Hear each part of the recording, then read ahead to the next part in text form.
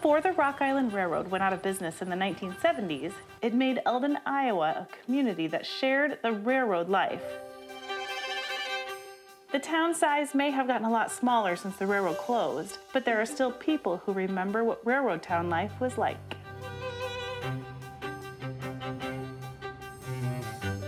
This picture is so great because it shows Eldon in the heyday of the railroad industry, yes, right? Mm-hmm. And you love this picture because you have a special connection to the railroad, right? Right. My grandfather and my dad and my uncle all worked for the railroad. Wow, and you have some really specific things here. Can you tell me about them?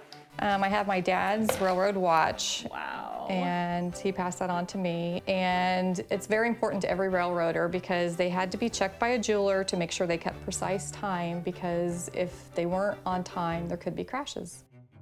And this is how they timed their rides in the train? Correct. Okay, what else? This is called a reverser handle. Okay. Or a railroad key. And you had to have it to get the engine to start. When you put it in, you'd either have to put it in forward or reverse.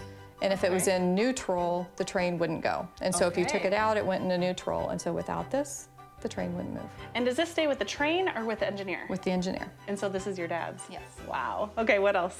And then I have his stamp with his name on it. And this they would use on the train orders, and they would have to stamp, and that would prove that they were there and that they did that job to get paid. That's pretty cool that every engineer had their own stamp.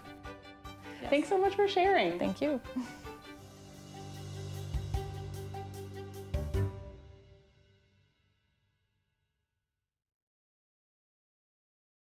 Funding for Find Iowa has been provided by the following supporters.